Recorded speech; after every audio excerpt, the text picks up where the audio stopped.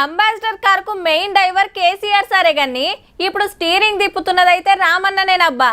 BRS కు working president ఆయే అంటే అధ్యక్షుల వారి తర్వాత అంతటి power.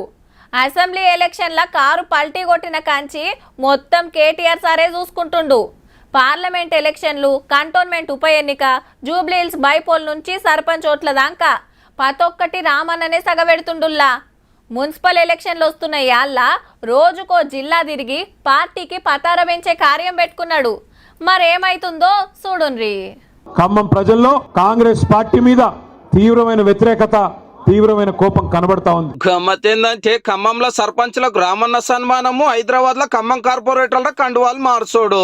BRS working president sir ఆడికి పోతే అక్కడ గులాబీ లీడర్లు ఈడికొచ్చిండ్రు. మా ఏలువాడే గొప్పగుండి అని సార్ స్పీచ్ దంచుతున్నాయి అలా ఇంకా మేము కాళ్ళు ఉండలేమని అదే పార్టీ వాళ్ళు జంప్ అయ్యారు అన్నట్టు. ఇవాళ 3 కార్పొరేటర్లు కాంగ్రెస్ లకు వస్తే మొన్ననే 5 వచ్చారు గులాబీ పార్టీకి గుడ్ బై చెప్పి. ఖమ్మం డెవలప్మెంట్ కోసం 200 కోట్లు కావాలని కోరిండ్రట సర్కారు వాళ్ళను. వాళ్ళకి అర్థమైపోయింది సినిమా. మొన్న మీరు పంచాయతీ ఎన్నికల్లో ట్రైలర్ చూపెట్టేసరికి భయపడ్డారు. భయపడితే ఆ పార్టీ వాళ్ళు మన దాంట్లోకి రావాలి గాని మనోళ్ళు పోతున్నారేంది సారు మరి. ఇక నిన్న జనగామల మీటింగ్ పెట్టి గవర్నమెంట్ మీద గట్టిగానే మాట్లాడే కదా కేటీఆర్ సారు. ఇవాళ కాంగ్రెస్ ఎమ్మెల్యేలు లైన్లకు వచ్చి ఆరుపారు అరుచుకున్నారు. రాబోయే రోజులలో వరంగల్ గనికి వస్తే బిడ్డని అనుకుంటాను. చెప్పులతోటి కొట్టి పంపించకపోతే అడుగు నా పేరు. మేము అనలేవురా బ్రోకర్లు, లఫూర్ గాన్లు, ఇదే మేము అన్ని తిట్టలేమా. అలా పిహెచ్డీలు చేసినాం. వల్ల మేము మా దాంట్లో అంత మంది ఉన్నారు పిహెచ్డీలు చేసినారు.